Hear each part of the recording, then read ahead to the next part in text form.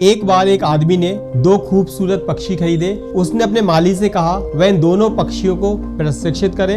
थोड़े दिनों के बाद माली ने देखा उन दोनों पक्षियों में से एक ने उड़ना सीख लिया जबकि दूसरा पक्षी उड़ना सीख नहीं पाया था। वह हमेशा डाली पर बैठा रहता था। माली इस पक्षी को उड़ाना सिखाने की बहुत कोशिश करता था लेकिन कोई फायदा नहीं हुआ। एक दिन उस मालिक ने उन दोनों पक्षियों को आसमान में उड़ते हुए देखा तो वह बहुत आश्चर्य में पड़ गया। उसने अपने माली से पूछा, तुमने ऐसा कैसे किया? तब उस माली ने कहा, मैंने इस पक्षी को उड़ाने के कई प्रयास किए लेकिन यह कभी उड़ने की कोशिश ही नहीं करता था, इसलिए मैंने उस डाली को ही काट दिया जिस पर वह पक्षी बैठा करता था। ठीक उसी प्रकार ज्यादातर इंसान अपने कंफर्ट जोन से बाहर निकलना नहीं चाहते हैं। उन्हें लगता है कि अगर वह हार जाएंगे तो उसे कैसे फेस करेंगे। लोग जीत को तो सेलिब्रेट करना सिखाते हैं लेकिन हारने पर हार का सामना कैसे करेंगे ये कोई सिखाता ही नहीं है। इंसान की जिंदगी में जब दुख आता है तो नकारात्मक सोच उस पर हावी हो जाती है। उस समय उसको ना तो अपने आप पर, ना लोगों पर, ना ही ईश्वर की शक्ति पर भरोसा रहता है। ऐसी परिस्थिति में उसके पास दो ही रास्ते बचते हैं। पहला, वह अपने मन की बात को मानकर निराशा के समंदर में डूबा रहे। दूसरा, उस दुख को खत्म करने के लिए रास्ता खोजे। अच्छा सोचने से हमारा दिमाग हर समस्या का समाधान खोज ही लेता है। क्या आपका अपने ऊपर से विश्वास उठ गया है? क्या आपने अपने सबकॉन्शियस माइंड पर भरोसा करना छोड़ दिया है क्योंकि वह आपके सपनों को पूरा नहीं कर पा रहा है? या फिर आपने सबकॉन्शियस माइंड से सपनों को पूरा करना चाहते हैं? क्या आप अपने टैलेंट और कैपेबिलिटीज का अधिकतम यूज करना चाहते हैं लेकिन आपको सही तरीका नहीं पता है? अगर इनमें से किसी भी सवाल का जवाब हाँ में है तो ये बुक की समरी आपके लिए ही है जो बहुत काम की होने वाली है। इसमें हम पावर ऑफ सबकॉन्शियस माइंड के best selling author Joseph Murphy की काफी छोटी लेकिन काफी powerful book believe in yourself की समरी बता रहे हैं। हमारा दिमाग वह शक्ति है जो हर सच्चे झूठे सपने को किसी न किसी तरीके से सच कर ही देता है। फिर जब आप अपने गोल के बारे में पूरी तरह से सोच लेते हैं, मतलब उसके बारे में निश्चित हो जाते हैं, तब आपका दिमाग उस सोचे हुए सपने को सच मान लेता है। जिस चीज को हमारा दिमाग पूरी तरह से एक्सेप्ट कर लेता है वह चीज निश्चित रूप से घटित होती है। अगर आप विश्वास करते हैं कि आप सफल होंगे तो आप निश्चित रूप से सफल होंगे, लेकिन अगर आप विश्वास करते हैं कि आप सफल नहीं होंगे तो यकीन मानिए आपको असफलता ही हाथ लगेगी। यानी सारा खेल मन के विश्वास का है। जिस दिन आप उस डाली की तरह अपने आप को निगेटिव चीज से दूर कर लेंगे उस दिन से आपकी जिंदगी में बदलाव आने शुरू हो जाएंगे। आपकी फीलिंग ही आपके लिए सबसे बड़ा वेपन है। जब आप अपनी लाइफ का गोल सेट कर लेते हैं और उसे विजुलाइज करते हैं तब आपको वहां पर अपने इमोशंस को जोड़ना होगा। हमारी फीलिंग्स और इमोशंस की बहुत पावर होती है। जब हम अपने डिजायर को इमोशन और फीलिंग से कनेक्ट करते हैं तब वहां पर बहुत बड़ा रिजल्ट मिलता है।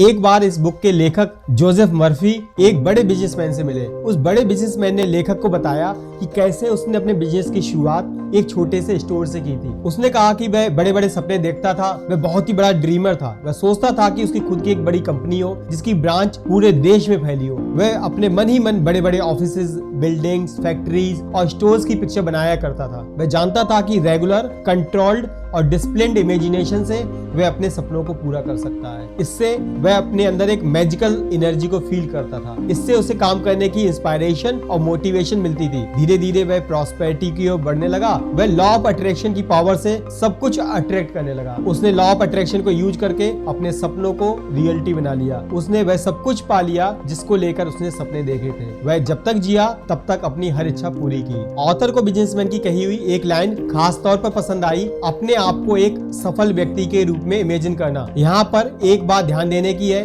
कि जितना अपने आप को एक सफल व्यक्ति के रूप में इमेजिन करना आसान है उतना ही आसान है अपने आप को एक असफल व्यक्ति के रूप में इमेजिन करना। लेकिन बहुत ही कम लोग अपने आप को एक सफल व्यक्ति के रूप में इमेजिन करते हैं। हम जो कंट्रोल्ड इमेजिनेशन करते हैं वह फीलिंग से डेवलप होता है। Teacher of mental science Thomas storm ने कहा है, feeling is the law and law is the feeling. Feeling he power का सोर्स है। रिजल्ट पाने के लिए हमें अपनी कंट्रोल्ड इमेजिनेशन को फीलिंग से चार्ज करना चाहिए। अपने गोल को अपनी फीलिंग से जोड़कर पावरफुल बना ले। इस पावर को अपग्रेड करते रहें।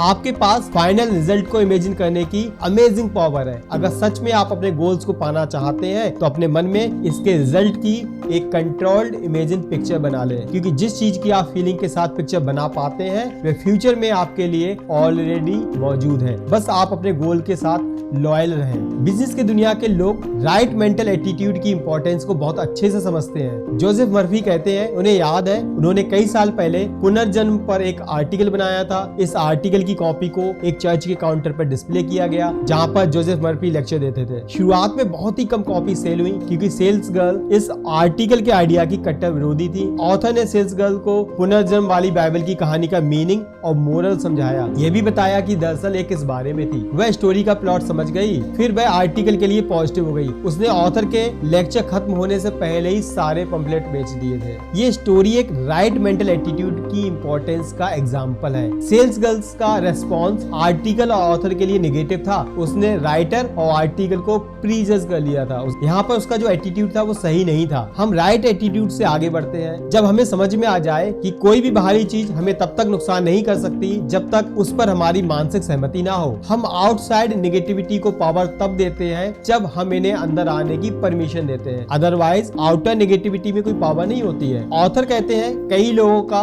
लाइफ को लेकर सैड व्यू या पैसिफिस्ट एटीट्यूड होता है जो कि इनकी सारी परेशानियों की जड़ है। ऑथर बताते हैं कि उनका एक रिलेटिव था, उसे ट्यूबरकुलोसिस की बीमारी हो गई थी उसके लंग्स में। ये बीमारी बहुत ज्यादा बढ़ गई थी। तब उसके बेटे ने एक दिन उसका इलाज करने का फैसला किया। उसने अपने फादर से कहा वह एक सन्यासी से मिला है जिन्होंने उसे एक क्रॉस दिया है। इसके बदले में उन्होंने $500 लिए हैं। लेकिन लड़के ने फुटपाथ से एक लकड़ी का टुकड़ा उठाया था। सुनार के यहाँ जाकर उस लकड़ी के टुकड़े को एक अंगूठी में मड़वा लिया था ताकि ये असली लगे। उसने फादर को बताया एक क्रॉस या अंगूठी के छूने मात्र से कई लोगों की जानलेवा बीमारी ठीक हो चुकी है। उसने अपने फादर के बिलीव को इतना बढ़ा दिया था कि उसके फादर ने उसके हाथ से रिंग छीन ली और अपने सीने पर रखकर प्रेयर करने लगे। वह प्रेयर करते करते सो गए और अगली सुबह चमत्कार हो चुका था। डॉक्टर के टेस्ट इस बात का सबूत थे कि दैट ही इज परफेक्ट। जाहिर है कि फुटपाथ पर पड़े उस लकड़ी के टुकड़े ने बूढ़े आदमी को ठीक नहीं किया था। ये तो उसका बिलीव था जो इतना बढ़ गया था कि उसके लिए आइडियल ट्रीटमेंट बन गया। उसका बिलीव और फीलिंग एक दूसरे से जुड़े